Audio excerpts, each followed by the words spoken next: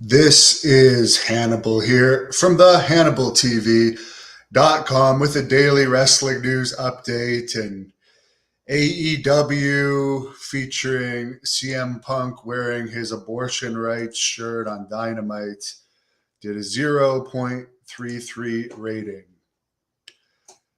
And if you want to know why that shirt offends me, it offends me as someone that used to love wrestling when wrestling was free of politics and social issues and used to be a place where you can escape into this fantasy world of good versus evil.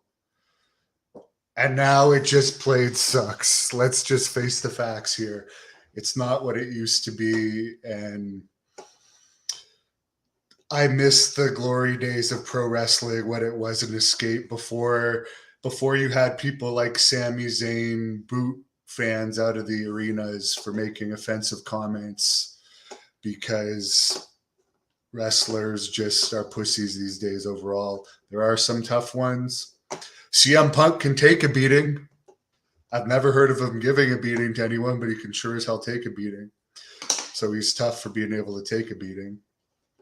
Although I did hear Kevin Owens once back down from him in Ring of Honor behind the scenes. So I don't know if you count that as a victory or not.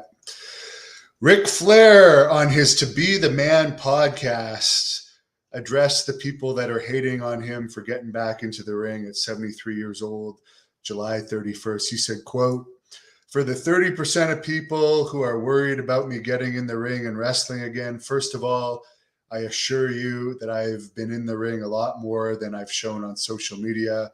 I'm in better shape now than I was, better shape now because I train with Rob, John Cena's personal trainer, than I've ever been in my life in terms of cardio.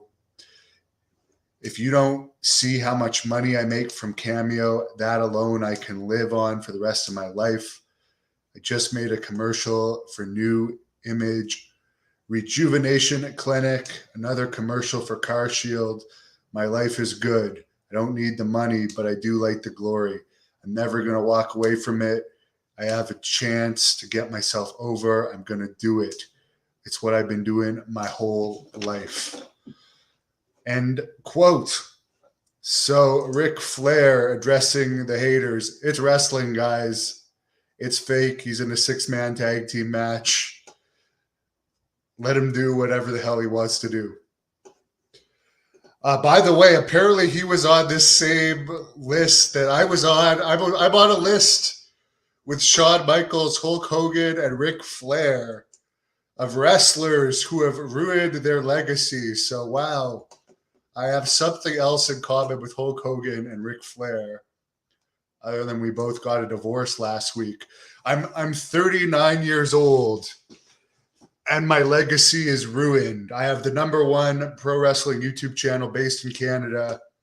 If you look at the past 12 months, my viewership in the orange here, I destroyed GCW, New Japan, MLW, NWA, and Ring of Honor.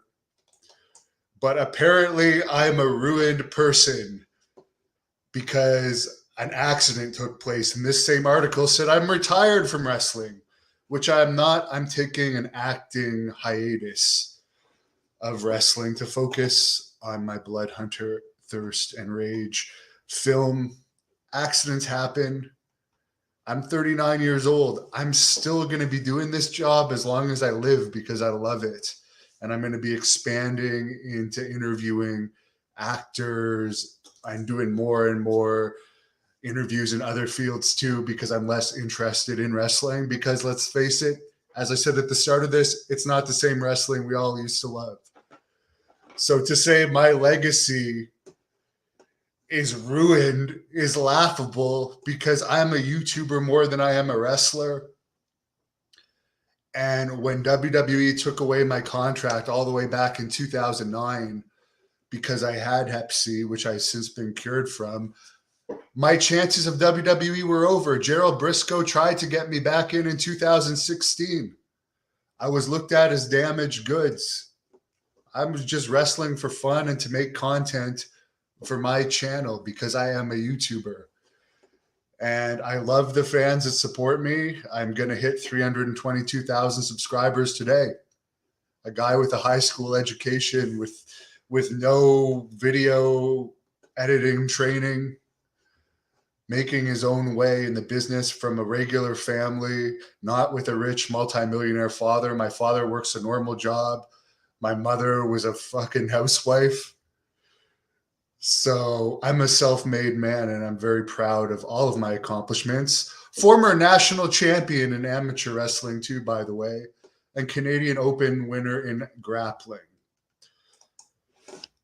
And I'm also an IWA and WWC. I've held the IWA Intercontinental Championship, two-time WWC Puerto Rico Tag Team Champion, which I really enjoyed my time in Puerto Rico.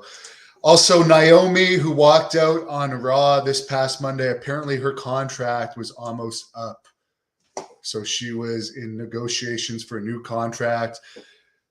To everyone's knowledge, Sasha Banks and Naomi are still with WWE despite this walkout. So who knows how all this is going to play out. But it looks like Naomi probably won't have that much left time on her contract.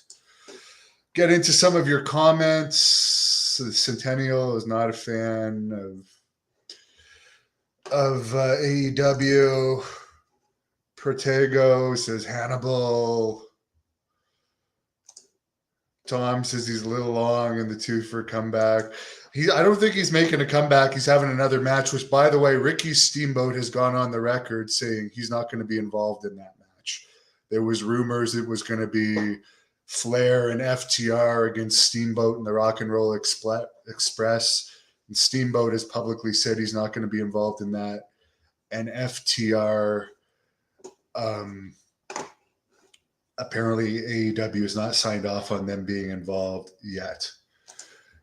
Jason believes Flair will draw more viewers than anyone else on the AEW roster.